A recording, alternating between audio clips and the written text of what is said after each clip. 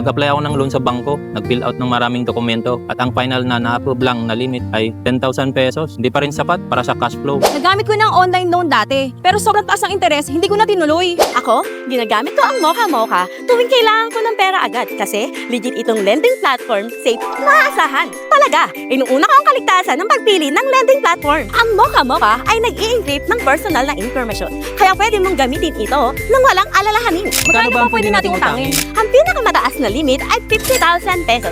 Ang pinakamahabang panahon ng pagbabayad ay 180 days na mabagal na pagbayad. Mababang-mababa ang pressure ng pagbabayad. Ayos! Saan ako pwede mag-apply? I-click mo lang ang link sa baba ng video, ilagay ang phone number at ID mo, at pwede ka na mag-apply online. Super convenient! Wow! Na-approve ako ng 40,000 pesos. Na-approve ako ng 42,000! Dapat ikaw din. Mabilis i-click ang link sa baba ng video at mag-apply ng sarili mong credit limit.